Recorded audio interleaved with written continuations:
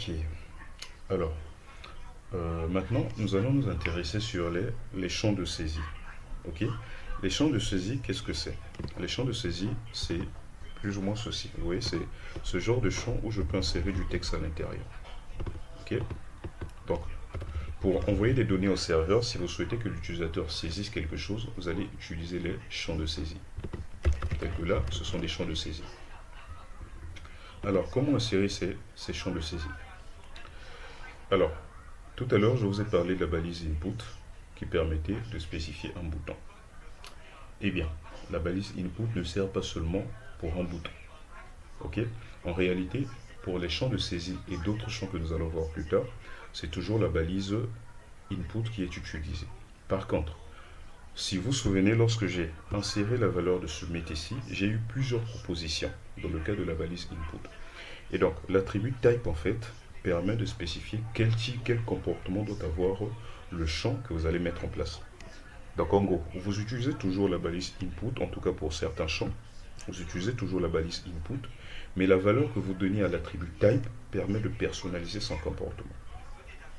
Insérez ce code. On va insérer une balise input avec l'attribut type text. Ok, je peux supprimer le texte ici et ensuite vous appuyez simplement sur CTRL espace. Vous voyez, tout ce que vous voyez ici avec cette icône-là représente les différentes valeurs de votre input.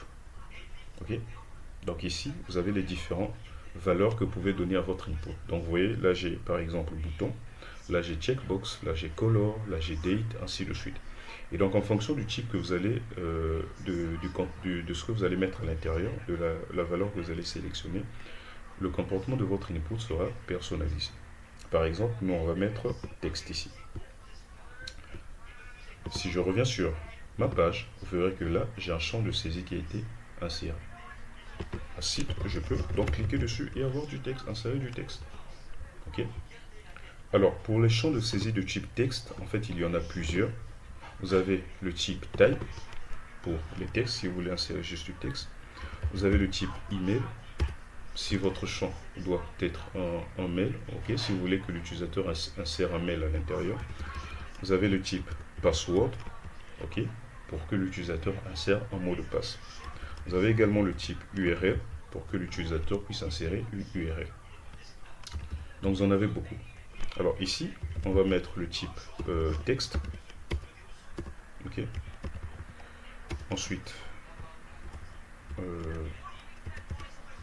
on va rajouter également un input avec le type email. On va rajouter un autre input avec le type password. Ok. Je vais faire des retours à la ligne pour chacun de ces types, histoire de mieux voir à quoi ça ressemble. Là également, je vais mettre un retour à la ligne. Maintenant, si vous rechargez votre page, vous verrez que vous avez trois balises input. Sur le premier qui était un input de type texte, je vais saisir du texte. Sur le deuxième, c'est un input de type email. Alors pour l'instant, vous ne verrez pas la différence. Mais par contre, plus tard, quand on va soumettre le formulaire, s'il n'y a pas d'arrobas, il y aura un problème. Et enfin, pour le dernier, par contre, le type password, alors le mot de passe, il est censé être caché par défaut. Ce qui explique que lorsque je saisis dans ce champ-ci, ok, rien n'est visible, il n'y a que des pointillés. Mais en réalité, derrière, c'est le texte que je suis en train de taper qui est bel et bien inséré. Mais dans les attributs, dans l'attribut tab password, vous masquez cela. Alors, si je reviens ici, vous allez remarquer une chose, c'est que sur mon texte, voilà, ici, il y a un texte qui est affiché par défaut, et si je me mets à saisir, le texte disparaît. Alors, ce texte-là est appelé un placeholder. Placeholder. Ok. Et pour insérer ce placeholder, je peux simplement ajouter l'attribut placeholder, et à l'intérieur, je vais spécifier mon texte. Par exemple, nom d'utilisateur. Ok. Je peux faire autant. Ici, placeholder, je dis adresse email. Et enfin ici, je peux spécifier également le placeholder. Je peux dire password. Si je reviens sur ma page, vous verrez que désormais j'ai un texte qui s'affiche avant. Et dès que je commence à saisir, je peux modifier. Donc voilà un peu pour cette vidéo. On se retrouve dans la prochaine vidéo où nous allons parler des labels.